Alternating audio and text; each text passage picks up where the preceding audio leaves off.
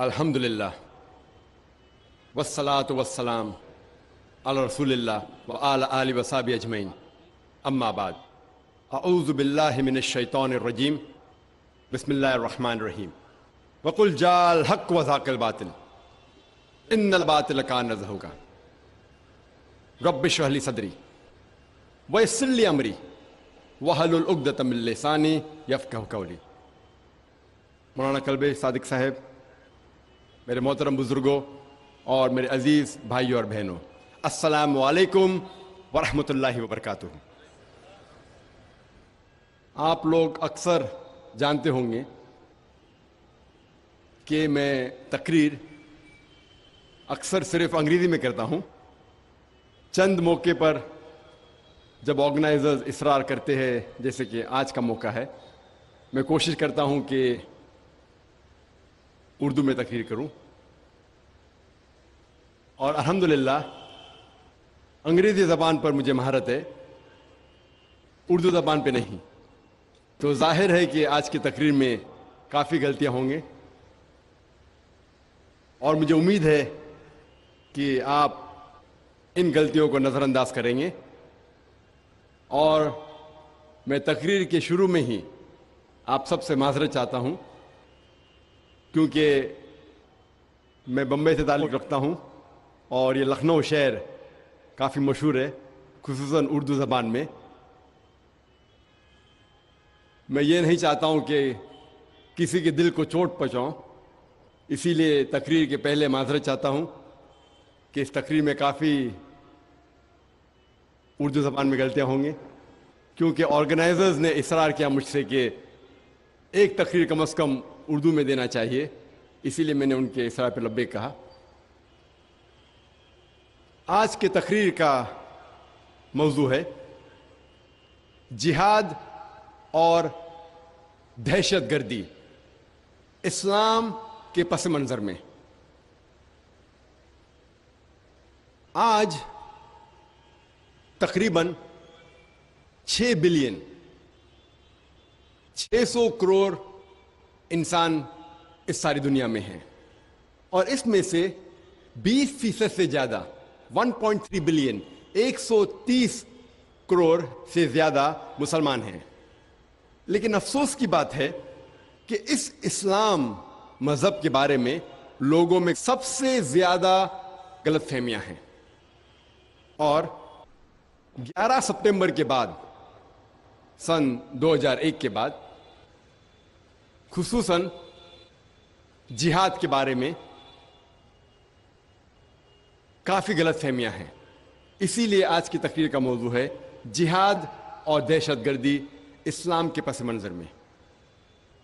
آج آپ دیکھیں گے انٹرنیشنل میڈیا پہ، چاہے وہ انٹرنیشنل میگزین ہو، انٹرنیشنل نیوز پیپر ہو، ریڈیو براڈ کاسٹ اسٹیشن ہو، ٹیلی ویژن چینل ہو یا سیٹلائٹ چینل ہو، ہم دیکھتے ہیں کہ اس انٹرنیشنل میڈیا میں اسلام کے متعلق کافی غلط فہمیاں پھیل رہی ہیں، کیونکہ میڈیا اسلام کے بارے میں غلط چیزیں پھیلا رہی ہے۔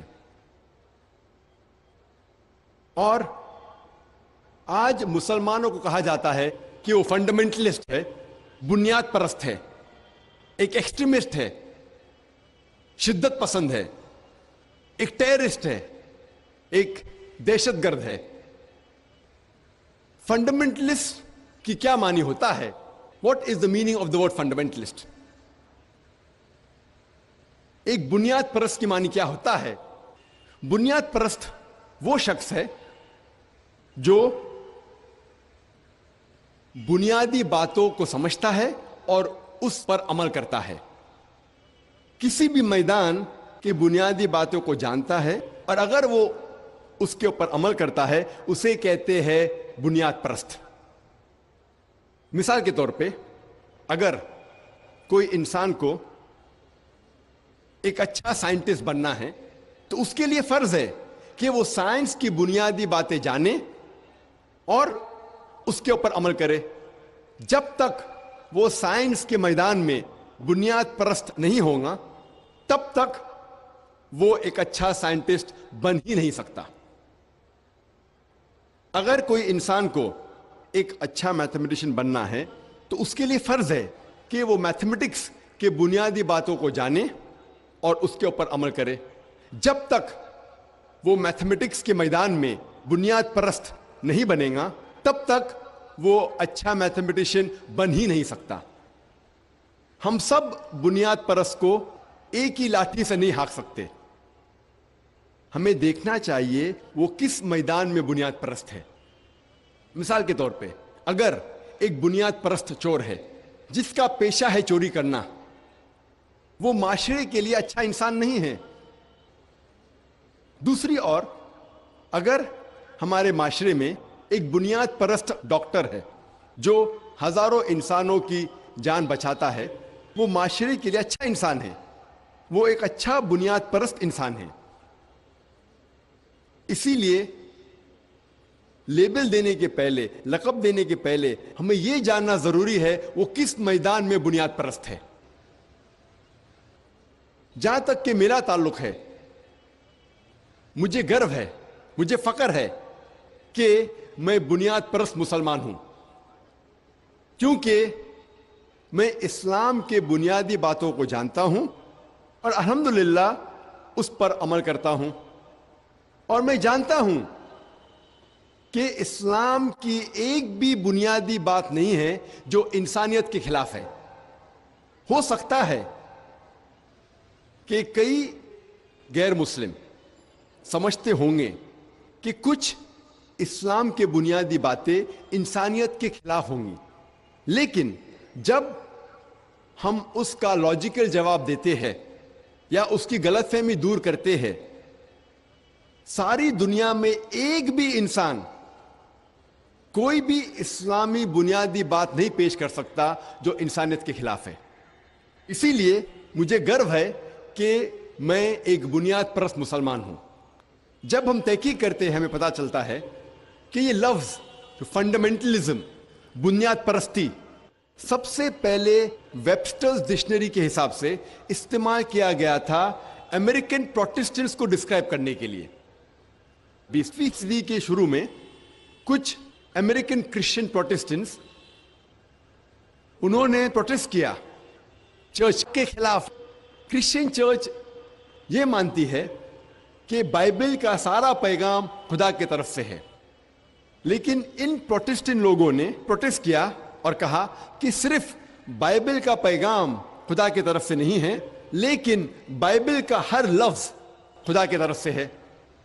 اگر کوئی شخص یہ ثابت کر دے کہ بائبل کا ہر لفظ خدا کی طرف سے ہے تو یہ موومنٹ، بنیاد پرستی کا موومنٹ، ایک اچھا موومنٹ ہے. لیکن اگر کوئی شخص یہ ثابت کرے کہ بائبل کا ہر لفظ خدا کی طرف سے نہیں ہے تو یہ موومنٹ جو بنیاد پرستی کا موومنٹ ہے یہ اچھا موومنٹ نہیں ہے. جب ہم آکسفورڈ ڈکشنری پڑھتے ہیں تو اس میں لکھا ہوا ہے فنڈامنٹلسٹ کے معنی. فنڈامنٹلسٹ، بنیاد پرست کی معنی آکسفورڈ ڈکشنری کے حساب سے وہ شخص جو کوئی بھی مذہبی کتابوں پر پختگی سے عمل کرتا ہے اسے کہتے ہیں بنیاد پرست. لیکن جب ہم آکسفورڈ ڈکشنری کے نئی ایڈیشن کا مطالعہ کرتے ہیں، the new revised edition of Oxford dictionary, اس کے اندر تبدیلی ہو چکی ہے اور اس کے اندر بنیاد پرست کا ڈیفینیشن یہ ہے کہ بنیاد پرست وہ شخص ہے جو کوئی بھی مذہبی کتابوں پر پختگی کے ساتھ عمل کرتا ہے، خصوصاً اسلام. یہ لفظ خصوصاً اسلام ایک ایڈیشن ہے، ایک تبدیلی ہے آکسفورڈ ڈکشنری میں، کہ جب بھی آپ یہ لفظ بنیاد پرست یا فنڈامنٹل سنو گے فوراً آپ کے دماغ میں ایک مسلمان کا نقشہ آئے گا. جب بھی آپ یہ لفظ فنڈامنٹل سنیں گے آپ کے ذہن میں فوراً مسلمان آئے گا. آپ کے ذہن میں آئے گا کہ وہ شدت پسند ہے.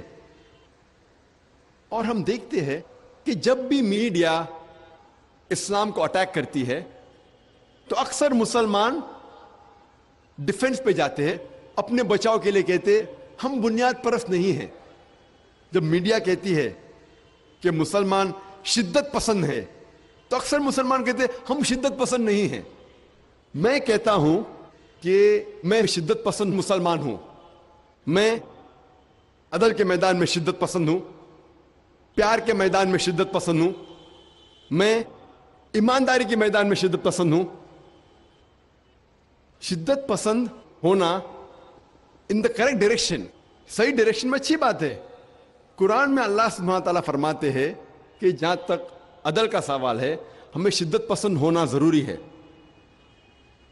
جہاں تک کہ دیالو رہنا چاہیے تو ہمیں شدت پسند ہونا چاہیے. جہاں تک پیار کا مسئلہ ہے ہمیں پیار کے ساتھ انسانوں کے ساتھ پیش آنا چاہیے. تو اگر ہم شدت پسند صحیح ڈائریکشن میں ہیں تو اس میں کیا حرج ہے؟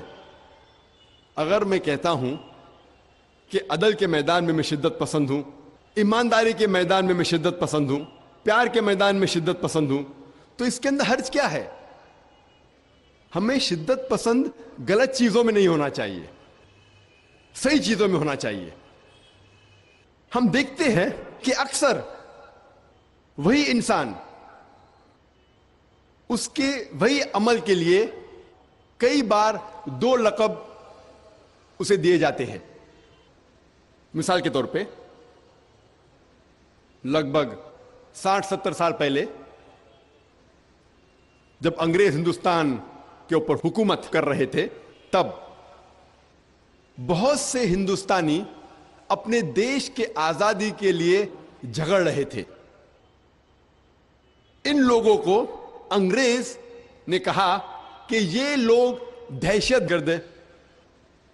وہی لوگ, وہی عمل, عام ہندوستانی انہیں کہتا ہے کہ وہ پیٹریوٹ ہے, ایک دیش بھکت ہے, اچھے انسان ہیں, اچھے ہندوستانی ہیں. وہی انسان, وہی عمل, دو علیحدہ لقب. انگریز کہتے ہیں کہ وہ دہشت گرد ہے, عام ہندوستانی کہتے تھے وہ دیش بھکت ہے. وہی انسان, وہی عمل, دو لقب. اگر آپ انگریز کے نظریے سے سہمت ہے کہ انگریز کو ہندوستان پہ حکومت کرنے کا حق ہے تو ہم ان لوگوں کو دہشت گرد کہیں گے. لیکن اگر آپ عام ہندوستانی کے نظریے سے سہمت ہے کہ انگریز ہندوستان میں تجارت کرنے آئے تھے, انہیں ہندوستان پہ حکومت کرنے کا کوئی حق نہیں, تو ہم ان لوگوں کو کہیں گے کہ وہ دیش بھکت ہے, وہ اچھے ہندوستانی ہیں. وہی انسان, وہی عمل, دو علیحدہ لقب.